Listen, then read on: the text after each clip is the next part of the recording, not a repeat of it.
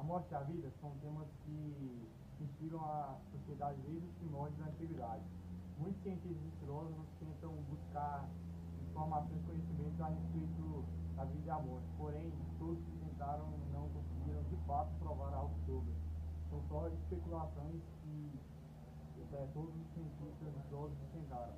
E também a morte e a vida tem conotações diferentes dependendo das suas culturas. Dependendo das culturas, das religiões, e o lugar onde as pessoas moram.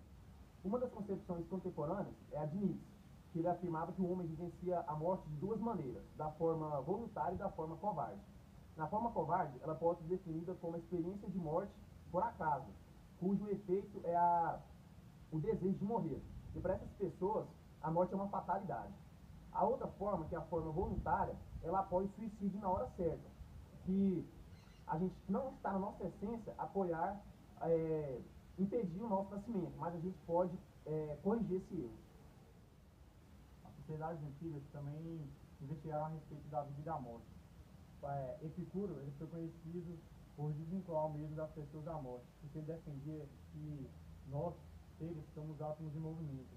Depois da morte, nós nos desvinculamos e vamos contribuir para a formação de novos seres.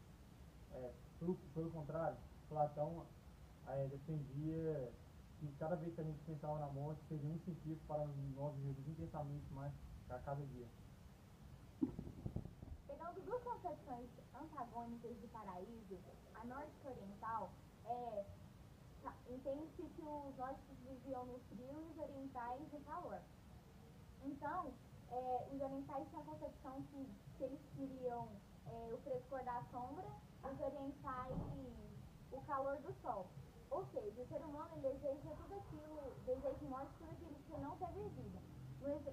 Temos como exemplo o budismo, que tem uma parábola que é o grão de mostarda, que a mulher pega seu filho morto e leva para Buda para ver se ele ressuscita. E ele fala para ela que ela deve procurar grãos de mostarda em uma casa que nunca houvesse a morte, que nunca havia tido a morte. Só que isso seria impossível. Então, ela é meio que obrigada a compreender que ela vai ter que conviver com a morte pro resto da vida. Por que temos medo da morte? O homem é o único animal que tem a consciência de sua própria morte. Segundo Covas, em 1992, o medo é a resposta mais comum diante da morte. O medo de morrer atinge a todos os seres humanos, em sua totalidade. Independente do sexo, da condição socioeconômica da análise, em 1983, o medo da morte é um grande motivador para a vida do ser humano. É por meio dele que o ser humano busca transcender a própria morte. O sentido de estar vivo é que a vida transcenda a morte. Ou seja, que a vida de cada indivíduo não se baseia apenas no valor enquanto este estiver vivo, mas que após o último suspiro de vida, essa vida ainda tenha algum valor e ainda seja lembrada ou tenha significância em cada outra vida de todos os seres vivos que ainda permanecem nesse universo.